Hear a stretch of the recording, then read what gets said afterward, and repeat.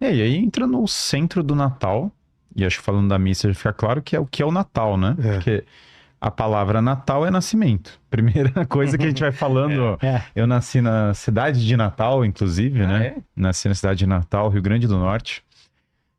E, claro, lá em Natal a cidade era adornada pelos Reis Magos, né? Então eles sempre têm isso, esse costume de adornar a cidade com os Reis Magos. Lembrando qual é o propósito e qual é o centro disso, o que é esse Natal, o que é esse nascimento. Deus se fez homem. Esse é o centro do mistério do Natal e todas as coisas vão orbitar em volta disso. E para mim, tem uma coisa muito poderosa que é o fato do Natal ser uma família. Porque nós associamos no nosso dia a dia moderno, né, o Natal ao encontro da família, reunir os familiares. Aliás, uma ótima ocasião. Fica o convite para desfazer as brigas dos grupos de WhatsApp, para acabar, para as pessoas voltarem a se reatar. Mas por que nós associamos o Natal ao reencontro da família? Porque de fato é uma das coisas mais lindas do próprio Natal. Ele é um nascimento. Poucas coisas no mundo, né, unem as pessoas como o nascimento de uma criança. Eu passei por 5 já, né? Que eu tenho 5 filhos. E os avós se derretem, as pessoas se juntam, as pessoas querem estar próximo da criança. Normal, nasce uma criança, é uma união da família. E o Natal, o que você vê no centro do presépio, no centro de tudo? A Sagrada Família. Então, no centro dessa coisa tão poderosa que é Deus se fazer homem, Deus se fazer pequeno, né? Você tem agora uma reunião de uma família. E aí acho que a beleza, o Ariel vai poder falar sobre Israel, sobre Jerusalém, toda aquela região. Mas é que Israel é uma terra que tem muita água salgada e pedra, não tem nada. É areia, água salgada e pedra. Agora tá mais diferente, mas. Sim, porque foi cultivado e tal, mas por natureza, né, não tem tantas riquezas. E o Messias, ele vem então é a infinita graça vindo para a infinita simplicidade. Se fazendo pequeno mesmo. E de todas as coisas você vê a beleza do menino Jesus, é um bebê. Então você está vendo o Salvador desse mundo como um bebê, na sua fragilidade, né? Porque eles vão para Jerusalém por causa do censo, famosa burocracia, né? E aí, claro, aquela confusão, saem de Nazaré, estão lá. E tem a cidade profetizada de Belém, que é esse lugar tão simples, tão despretensioso, não tem nada em Belém. Aí se Israel já não tem tantas riquezas naturais, meu Deus do céu, Belém então é um lugar completamente periférico. Quase deserto já. E aí tem um livro lindo do Fulton Sheen, chamado A Vida do Cristo, que ele fala que quando os pergaminhos da história se desenrolarem, a frase mais triste vai ser: não havia lugar na estalagem. Porque para todo mundo que tivesse uma moeda de ouro, para todo mundo que tivesse alguma riqueza, ia conseguir achar um lugar digno para nascer, uma casa, uma cama, alguma coisa. No entanto, esse que é o Salvador, ele não encontra esse lugar. Então a sua cruz já começa no nascimento. Todo o mistério do cristianismo passa pela entrega dele, da sua vida, do seu sangue divino para a nossa redenção. E eles não encontram lugar na estalagem, não tem quem abra, assim como nossos corações são fechados para a graça, nossos corações são duros, né? Nós olhamos e falamos assim: não quero saber de Jesus Cristo, não quero saber do Messias, não quero saber dessas coisas. Eles não encontram lugar para nascer, e aí, seguindo a belíssima profecia, vão para o lugar mais humilde que tem, que é uma gruta, um estábulo. O estábulo é um lugar sujo, tem um bebê, as pessoas têm medo de ter um bebê em casa hoje em dia, tendo bebês no hospital. Imagina ter um bebê num estábulo, entendeu? É um negócio completamente hostil, sabe? É um ambiente sujo, é um ambiente com problemas, e o menino Jesus vai ser colocado numa manjedoura, que de fato já incorpora esse símbolo também da própria Eucaristia, né? Quem não comer do meu corpo não terá vida eterna, fala as Sagradas Escrituras. Ele está sendo oferecido em sacrifício mesmo, para a união, para que as pessoas se juntem com ele. Então há todo um símbolo da cruz na própria manjedoura, mas que é um lugar sujo, é um lugar desagradável. No entanto, quando você olha esse nascimento, você tem a infinita beleza, que é todos os personagens que chegam, cada um deles, né? E o presépio é sem dúvida um símbolo poderosíssimo. Todos eles representam parte do drama humano e parte da criação. Você tem o Messias, que agora se faz bebê, quer dizer, infinita fragilidade, simplicidade. Tem uma coisa do Chesterton que ele fala que eu acho incrível, que é: uma criança de 7 anos acha romântico se você falar que tem um dragão atrás da porta. Mas uma criança de 3 anos, ela acha romântico se você falar que tem uma porta, que a porta abriu. E de fato, eu tenho meu filho mais novo, o Miguel, que ele fica chocado quando você abre uma porta, ele fica felicíssimo. Ele fala: meu Deus, a porta abriu, né? Porque eles acham a realidade romântica.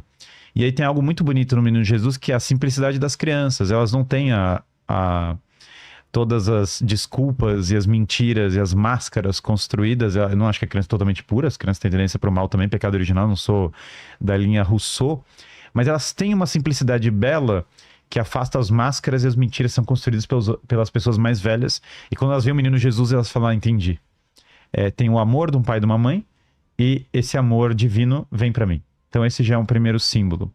Depois você tem ali Maria, que, nossa, que daria para falar aqui horas, né? Vou ser breve aqui, mas eu ia falar horas. Se Eva falou não, se Eva ouviu a serpente, né? E o não dela, a vontade de ser como Deus, né? Gerou essa soberba e todo o pecado. Ali de outro lado, Deus, começando a remissão da humanidade depois da queda, fala do suor do trabalho e das dores do parto. Por que suor do trabalho e das dores do parto? É porque tudo o que nós fazemos de produtivo nesse mundo envolve sacrifício. É o nosso caminho para voltar ao paraíso. Sem sacrifício não tem retorno. Suor do trabalho é como nós produzimos todas as coisas que nós estamos fazendo aqui. A gente chegou aqui de manhã ou à noite para gravar e o pessoal passa por sacrifícios e dores para construir as coisas. É assim que tudo é feito. E do mesmo modo, todos nós estamos vivos, viemos de uma mãe, de alguém que sacrificou e que passou pelas dores do parto. É assim que toda a vida é passada. E Maria vai sofrer uma dor que, na verdade, é a maior de todas, que é entregar o próprio filho. Mas quando você vê a Pietà, essa belíssima imagem, Maria entrega o próprio filho, a maior dor possível, né? Imagina, ela assiste o filho na cruz, mas ela ao mesmo tempo está serena. Por quê? Ela está serena porque ela vê ela entende que ela está participando da salvação dos homens. E nesse sentido, há uma combinação dessa dor com a serenidade. Que é o que toda mãe passa, né? Toda mãe no parto, ela passa por um sofrimento muito grande e depois aquela alegria da geração da vida, né? Você tem da vida agora no próprio colo. Sempre, todo parto é um drama, né? Todo parto é uma cruz em algum nível, né? Olha a Pietà. Você vê a total tristeza e a total serenidade, a total alegria. As duas coisas esculpidas da mesma maneira, os panos múltiplos, que não só é maestria de arquitetura, mas é um símbolo de pureza. Porque, de fato, esses panos ilustram... é um pano litúrgico, em última instância, porque está sendo oferecido sacrifício, mas é também um pano de pureza e de humildade.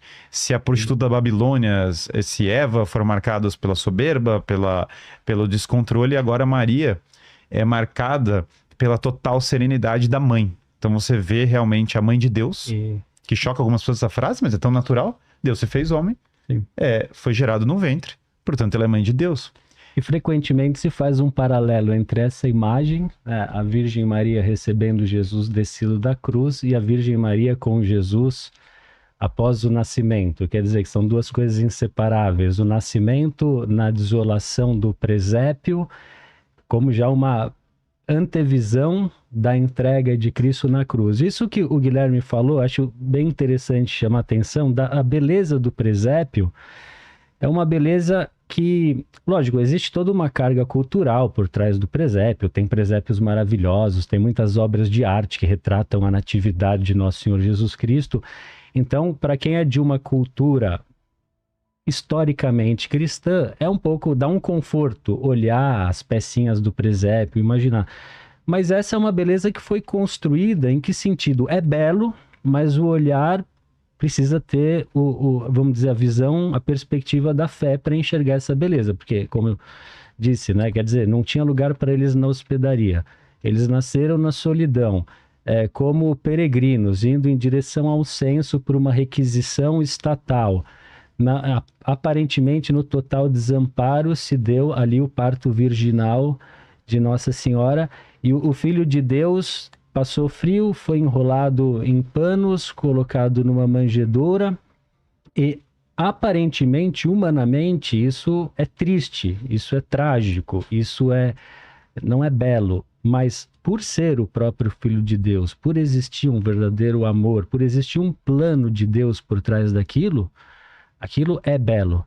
Eu digo isso porque, assim, a gente vê um pouco na experiência, né, como padre, que o Natal, claro, para nós é maravilhoso, é a segunda festa mais importante depois da Páscoa, mas o Natal é ambíguo no sentido de que para algumas pessoas é uma festa de muita alegria, E é claro esse significado de família, de estar com os parentes, enfim, para outras pessoas o Natal é uma festa de muita dor, seja porque se lembram de pessoas que já morreram, seja porque atravessam um período muito difícil.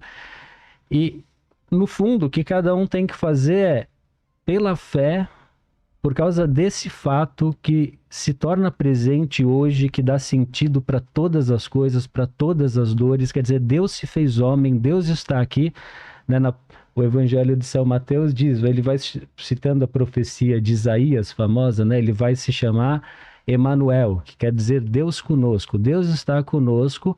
Então, mesmo uma situação aparentemente desoladora, como aquela que passou o jovem casal, Maria e José, com seu filho, ela tem um sentido, é um caminho para a salvação, e assim também nós. Então, o Natal é um momento para a gente renovar isso também, quer dizer, encontrar a beleza das coisas simples, concretas, e enxergar com o olhar da fé, enfim, a riqueza de uma realidade que pode parecer hoje para nós um pouco triste, de solidão, de abandono. Mas que é cheio de esperança, né? E aí, claro, outra figura que aparece, que é São José, tem uma imagem, né, e o presépio maravilhoso, tem uma imagem do São José do Murilo, talvez possam subir essa, belíssimo quadro, porque São José é a fuga para o Egito, né, do Murilo. E São José daí, se nós falamos do parto, que marca muito Nossa Senhora nesse momento, São José é muito marcado pelo trabalho. E aí vem a beleza do sacrifício silencioso, do protetor, da pessoa que conduz a família, né? Tem uma profunda ironia na fuga para o Egito, porque o rei Herodes, claro, com medo da vinda do Messias, manda matar as crianças, ecoando as piores práticas, né, diabólicas do mundo antigo, e ele é idumeu, portanto ele tem descendência de Esaú, que tinha traído a sua missão divina. E essa cultura entra, e aí vem o que? A morte das crianças. E toda a história um dos cumes, claro, da história do Antigo Testamento, é que Moisés liberou o povo do Egito, portanto, liberou do mal. E aqui a ironia é que agora José vai fugir para o Egito, fugindo do próprio povo escolhido que traiu a sua missão. Como nós, toda vez que cometemos pecado, traímos a nossa vocação, nós somos como Herodes, nós estamos querendo destruir a nossa própria linhagem. Então, José tem que conduzir a família dele para o lugar do mal do qual a família tinha sido liberada. E José, ele nos aparece como uma pessoa silenciosa, fiel, protetora, que vai simplesmente toda hora, não reclama, como uma série antiga que eu vi, o que aconteceu com o homem forte e silencioso, né? Onde foi parar essa figura? Ele protege a família, ele cuida dela, ele vai ensinar a marcenaria, ele vai viver a marcenaria. Marcenaria não é o que o pessoal pensa hoje, né? Que é trabalhar só com madeira, né? Uhum. Era alguma coisa relacionada à construção. Artesão, né? Um artesão, fazer não de tinha tudo, essa né? divisão tão clara, né? De trabalhar só com madeira, só com pedra. Era um construtor. Exato. Construía móveis, casas. E que é muito belo, né? Porque, claro, é a criação de lares, né? Você, no fundo, está trabalhando com a criação de lares. Todos nós olhamos pro presépio e nós temos a visão da busca nossa por um lar. Que, no fundo, a nossa busca pelo paraíso tem a ver com a nossa busca pelo lar. É um lugar de repouso, né? Então, José está ali como esse protetor silencioso, como aquele que conduz, né? Então, essa figura é incrível. E aí se juntam, né? Eu falei do Moloque, do Saturno. O boi era o símbolo do Moloque. Quando o povo é liberto, o povo escolhido é liberto do Egito, imediatamente a galera trai Deus um pouco tempo depois e constrói um boi dourado. Porque o boi é símbolo do Baal. Porque o boi é um símbolo de riqueza. Você contava riqueza por boi. Até os juros vêm do boi e tal. Tem toda uma história da economia ligada ao boi. Então aquilo era uma traição muito forte de Deus. Mas no presépio o que acontece? O boi se ajoelha para louvar o Cristo. Ou seja, você tem ali esse boi que tinha sido usado como símbolo do mal, agora se ajoelha reconhecendo o próprio Deus. Claro que o boi em si é uma criação divina, e ele ecoa esse projeto divino. Claro que muitos presépios vão ter a figura do burro também, que daí é profetizado que vai entrar com o Salvador, e vai acontecer em Jerusalém. E o burro... fala uma coisa, padre. O burro representa daí também o sacrifício anônimo, o trabalho de cada dia. O burro não tem a glória do cavalo, que chega deslumbrante, né? E esse é todo o ponto. O Messias não veio com ouro jorrando para todo lado. Ele não veio como um grande rei temporal, como muitas pessoas na época imaginavam, né? Que havia um libertador político, um libertador terreno. O Messias, na verdade, ele vai entrar em Jerusalém um burro. Ou seja, o burro é aquele que carrega a carga, que faz o seu dever, sem chamar atenção. É outra figura que aparece muito, né? Sim. Que tem a ver com Isaías 1:3, né? Isaías 1:3, que fala: o boi conhece o seu dono, o asno conhece o seu senhor, né? Então associaram esse versículo, em geral se põe essas duas figuras. Mas voltando para a figura de José, se vocês me permitem, só uma coisa que eu acho assim bem significativa, né? Que me parece que além do homem silencioso, né? São José, mais do que nunca, assim, é uma figura inspiradora como da pessoa discreta, né? Porque toda a história de José é absolutamente discreta. Primeiro que ele não fala durante o evangelho, ele obedece a Deus, ele é atento, ele é diligente, ele é corajoso, ele faz aquilo para que ele foi encarregado. E a própria história da devoção a São José é uma história profundamente discreta. Diferentemente de alguns santos, como mártires do início, enfim, que logo a igreja nutria uma grande devoção, veneração. A devoção a São José foi crescendo com o tempo, discretamente, especialmente na modernidade, e me parece que, assim, diante de uma certa condição cultural atual, que tende a, não sei, priorizar muito a imagem, o que você parece ser, o que você parece saber, priorizar a admiração em detrimento do que realmente nós somos diante de Deus. Eu acho que São José assim, é uma figura que, enfim, o cristianismo tem que voltar muito para ele, olhar e se inspirar nessa fidelidade silenciosa, discreta, de quem faz as coisas por amor a Deus, por responsabilidade, sem aparecer, sem chamar atenção para si. É legal ter presépio em casa, é muito bom por isso, né? A gente começa a perceber esses detalhes. Eu achei sensacional esse do touro, né? Que se ajoelha também para o menino Jesus. Lembrei daquela profecia de São Paulo dizendo, né, que ao nome de Jesus todo joelho se dobre, até no inferno. Até os ídolos se ajoelham para Jesus Cristo. E a figura de José me lembra muito a sensação que nós temos no Natal. Porque é fim de ano, quem tem empresa e trabalha e tal, sabe que todas aquelas metas que tem que entregar, preparar tudo e planejar as coisas todas, e o tempo vai passando, e quem tem criança já estão de férias, aquela bagunça, e quando você vai ver, chegou o Natal. E muitas vezes fica aquela sensação, né? Pô, eu tinha que ter me preparado melhor para o Natal, e a gente tem uma tentação de querer sair das nossas obrigações para se preparar para o Natal, como se para se preparar eu precisaria fazer um retiro de 1 mês antes de chegar o Natal. Só que não é assim no presépio. Eles estavam numa correria, tentando encontrar um lugar. Você imagina isso, cai o censo, e os romanos não pensavam no povo, o direito das mulheres, nas grávidas, nada disso, né? Queriam fazer o censo. Chegou a vez da cidade de Belém, levava quase 1 ano um censo, talvez até mais. Chegou a vez de Belém, todo mundo tem que ir para Belém. Então São José, como era de Belém, tinha que ir para Belém. Igual hoje, né? Eu me mudei de São Paulo, por exemplo, não sei se vou conseguir mudar o título de eleitor para cá, para São Paulo. Quando chegar a data da eleição, eu vou ter que vir para São Paulo para votar. É a mesma coisa. São José teve que ir para fazer a contagem lá em Belém. E você que teve lá, lugar, né? Como você vê essas cidades, Belém, Nazaré e Jerusalém, né? Como eu vejo essas cidades... porque você visitou elas, qual que é a sua percepção como arqueólogo dessas 3? É assim, Nazaré é uma cidade muito simples, né? Ela não aparece no Antigo Testamento. Então, de repente, vem Jesus Cristo e vive lá, né? Na cidade de Nazaré. Natanael, pode vir alguma coisa boa de Nazaré? Pode vir alguma coisa boa? Eu brinco, né? Eu nasci em São Gonçalo, no Rio, né? Eu falo, pode vir alguma coisa boa de São Gonçalo? Aqui em São Paulo eu faço a mesma versão, que é como se o Messias estivesse vindo de Osasco, né? Vocês falaram assim, como São Bernardo, a terra, como é que o Messias veio de Osasco? Eu faço de Deus, sério, Então era uma cidade, assim, muito pequenininha, né? Era uma vila.